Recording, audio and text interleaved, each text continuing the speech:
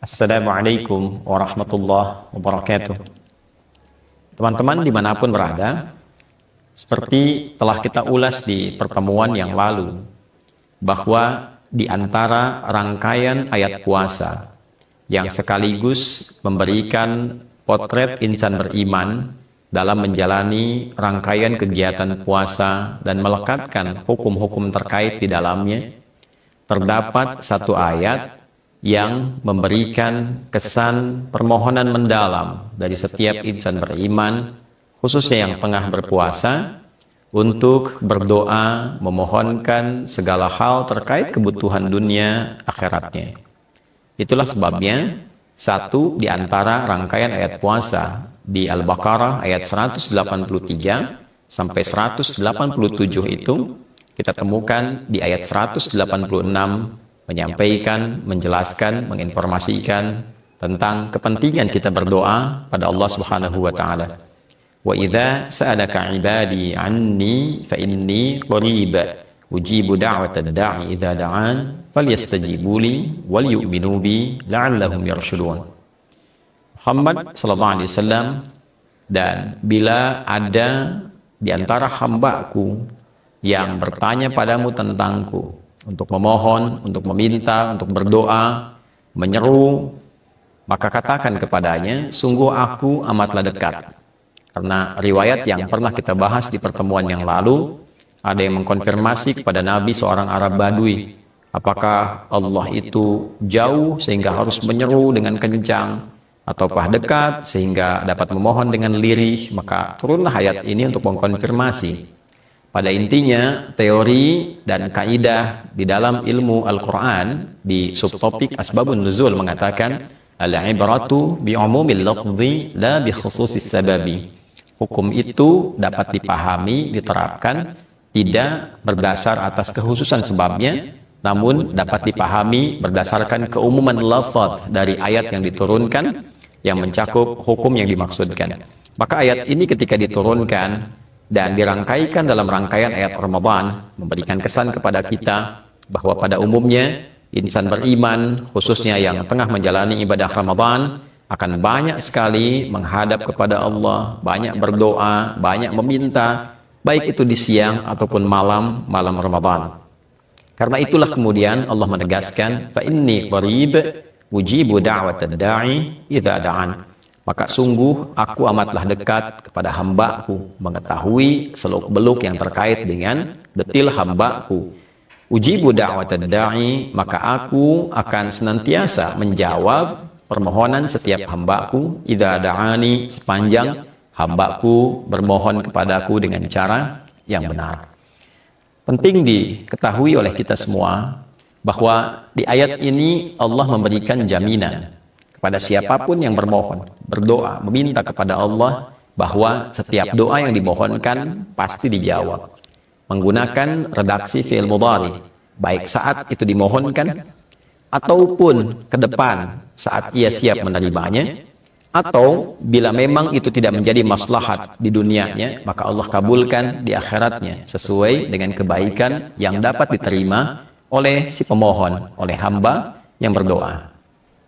Bab yang tersisa dalam pembahasan kita adalah seringkali ada orang bermohon, meminta kepada Allah, namun merasa bahwa permintaannya belum terkabulkan. Maka apakah terdapat cara atau adab dalam bermohon, berdoa kepada Allah, sekiranya dengan itu doa kita bisa cepat terkabul, doa kita bisa terasa jawabannya seperti yang kita harapkan. Teman-teman dimanapun berada, yang pertama, penting untuk digarisbawahi sehingga kita bisa memaknai dan mendalami dengan baik tentang fikih doa. Doa dikategorikan oleh Al-Quran sebagai bagian dari ibadah. Bahkan orang yang berdoa di ayat tadi yang kita sebutkan ditegaskan oleh Al-Quran dengan nama ibad. Jamak dari kata abdun, sifat bagi seseorang yang tengah menunaikan ibadah. Sifat bagi orang yang tengah mendekat kepada Allah lewat proses kebertuhanan ia kepada Allah, menyembah Allah, beribadah kepada Allah Subhanahu wa taala. Itulah sebabnya kata abdun juga terdapat turunan utama dari kata abada. Abada ya'budu. Subjeknya disebut abid, sifat utamanya disebut abdun, yang disembah disebut dengan ma'bud.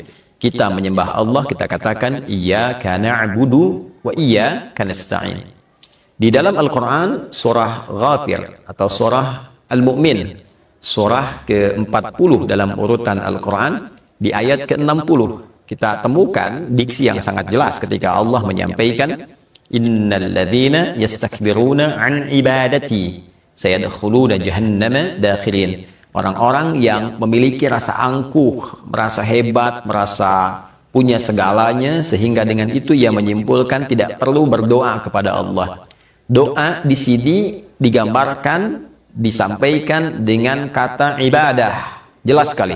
Innal ladzina yastakbiruna an ibadati. Orang-orang yang angkuh, yang sombong, tidak mau bermohon kepada aku, kata Allah, maka ia seakan menyiapkan dirinya untuk memasuki neraka jahanam dalam keadaan yang hina. Ya. Ini adalah satu penegas bahwa orang-orang yang hidup di muka bumi sebagai hamba dan dia tidak menghamba, merasa sebagai yang punya segalanya, merasa dapat menyelesaikan segala hal. Ya, bahkan secara fitrahnya ia dicipta justru untuk menghamba. Karena itu tidak ada satupun etapa kehidupan manusia yang tidak pernah bermohon.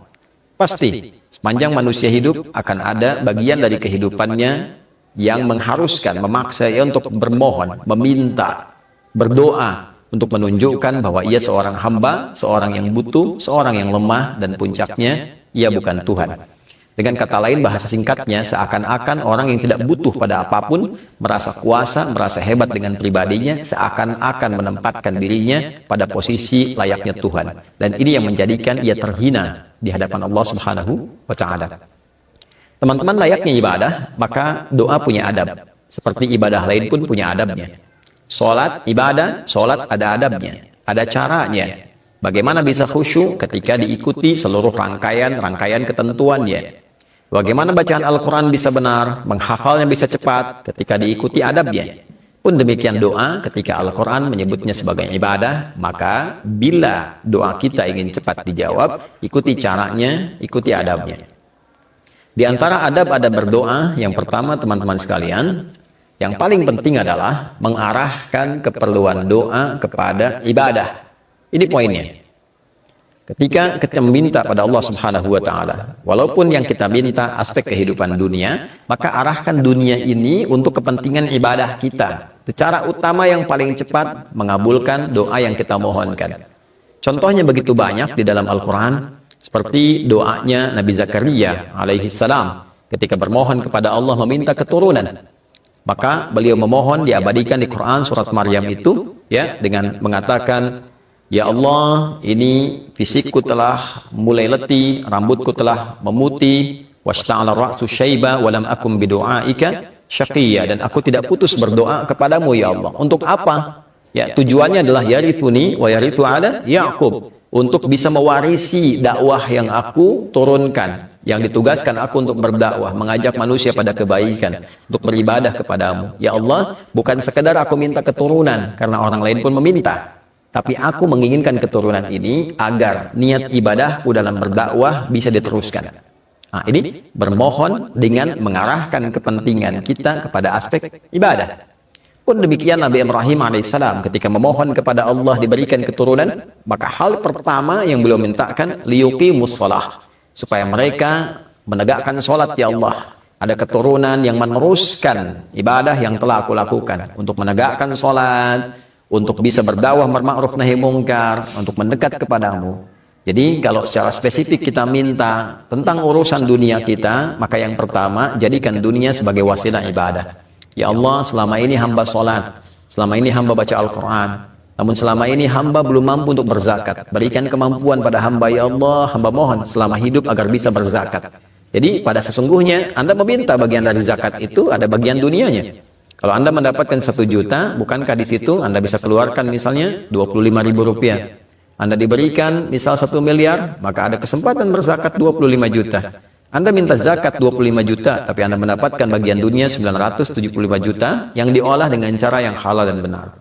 Arahkan kepentingan dunia menjadi wasilah akhirat. Itu poin pertamanya. Yang kedua, adab yang kedua, diupayakan berdoa kepada Allah dalam keadaan yang suci dan bersih. Bukan sekedar berwudu, tapi makanannya bersih, minumannya bersih, pakaiannya bersih. Bersih dari apa? Bersih dari segala yang haram. Bersih dari segala yang haram. Nabi SAW dalam salah satu hadis yang viral didokumentasikan oleh Imam Muslim pernah menyampaikan, atau kama qala sallallahu alaihi wasallam, beliau menyebutkan seseorang yang menempuh perjalanan yang panjang dan jauh untuk bisa bermohon kepada Allah. Ia menghadirkan berbagai macam instrumen yang mempercepat terkabulnya doa. Thumma dzakara rajula, lalu Nabi mengisahkan seorang lelaki asy'atha aghbara, menempuh perjalanan panjang, yutilus safara, ya, kemudian asy'atha aghbara sampai ia terpenuhi debu. Ya, artinya dia menunjukkan kesungguhan dia untuk berdoa. Ya, doa dalam safar cepat terkabul. Ya, muddu yadaihi ilas sama, dia mengangkat tangannya ke langit. Artinya dia memohon. Ya, doa yang mengangkat tangan mempercepat terkabulnya doa. Kemudian yang ketiga adalah fayaqulu ya Rabb, dan dia mengawali dengan al-asmaul husna, meminta dengan nama Allah yang berjanji dengan itu akan memberi. Ya, qalu bala syahidna, ketika kita mengatakan kami setuju ya Allah, ya, menetapkan kau sebagai Tuhan yang akan merawat, membimbing, mengabulkan doa kami. Alastu bi rabbikum, Rabb kalimatnya. Itulah rahasianya kenapa dalam setiap doa sering kita menggunakan kata Rabb. Rabbana zalamna anfusana, Rabbana atina fid dunya hasanah, dan seterusnya. Dan orang ini mengatakan ya Rabb, ya Rabb. Apa komentar Nabi terhadap pernyataan dan perilaku orang ini? Nabi mengatakan anna yustajabu lidzalik, atau kama qala sallallahu alaihi wasallam. Bagaimana doanya bisa dijawab? Famat'amu haram, mashrabu haram, makanannya haram, minumannya haram, malbasu haram, pakaiannya haram, wa ghudhiya biharamin, dan perangkat hidupnya haram. Jadi ternyata yang haram itu bisa menghambat doa. Ya, doa itu baik, doa itu suci, maka perbuatan-perbuatan haram menjadi penghambat hadirnya doa, karena yang baik tidak akan mungkin menembus kepada sesuatu yang kurang baik. Maka bersihkan diri kita. Berwudu dengan baik, pakaian seadanya, sederhana, sebaik-baik, yang penting halal, yang penting makanan halal, memohon kepada Allah, maka doa yang kita mohonkan boleh jadi tidak terhijab antara permohonan dengan jawaban. Pun demikian teman-teman, di antara cara kita berdoa, adab kita berdoa, yang paling penting adalah mengikhlaskan doa kita untuk mendapatkan ridha Allah Subhanahu wa Ta'ala. Bukan memaksa jawaban kepada apa yang kita inginkan, tapi menyerahkan apa yang kita mohonkan kepada apa yang Allah inginkan. Itu poin utamanya. Karena Allah hanya mengabulkan apa yang kita butuhkan, bukan apa yang kita inginkan. Itu catatannya. Ingat baik-baik, Allah mengabulkan apa yang kita butuhkan, bukan apa yang kita inginkan. Terkadang kita minta langsung diberi karena kita butuh seketika. Ada saat kita minta, dipandang bahwa kita belum siap. Saat ini belum siap untuk menerima itu. Keinginannya besar. Sering saya ilustrasikan, ada anak kecil 5 tahun, dia ingin dibelikan motor.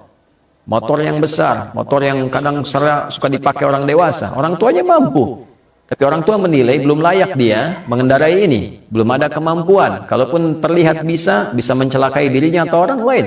Maka ditunggu sampai dia dewasa, disimpankan uangnya, disimpankan potensi untuk membelinya, supaya saat dia mampu, lalu kemudian diberikan apa yang dia inginkan itu.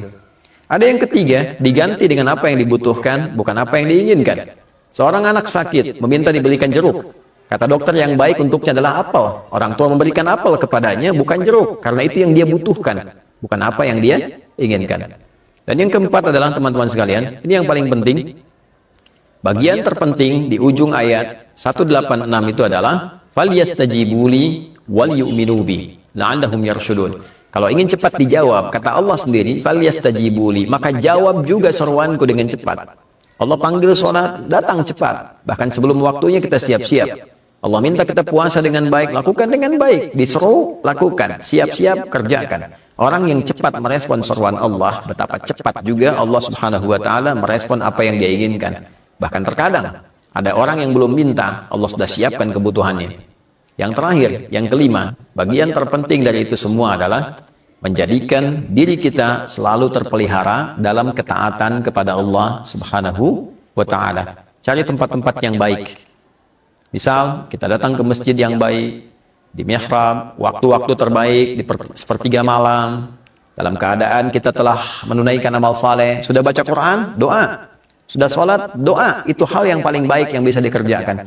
Itulah yang dicontohkan oleh Sayyidah Maryam alaihissalam diabadikan di Quran surah ketiga Ali Imran ayat 37, ketika beliau menyiapkan dirinya menjadi hamba yang baik di tempat yang baik, maka Allah menerima semua usaha kedua orang tuanya dan juga usaha Maryam alaihissalam. Fataqabbalaha rabbuha biqabulin hasanin wa ambataha nabatan hasana. Poinnya, kullama dakhala 'alaiha Zakaria al-mihraba wajada 'indaha rizqa. Setiap kali Nabi Zakaria pamannya mengantarkan kebutuhan Maryam, Maryam sudah mendapati semua itu pemberian dari Allah Subhanahu wa taala yang diantarkan, disiapkan oleh para malaikat. Qala ya Maryam anna laki hadha? Qalat huwa min 'indillah. Pamannya mengonfirmasi, Maryam dari mana semua ini? Maryam menjawab, semua dari Allah Subhanahu wa taala. Innallaha yarzuqu man yasha' bighairi hisab. Allah akan senantiasa memberikan rezeki tanpa batas bagi siapapun yang Dia kehendaki.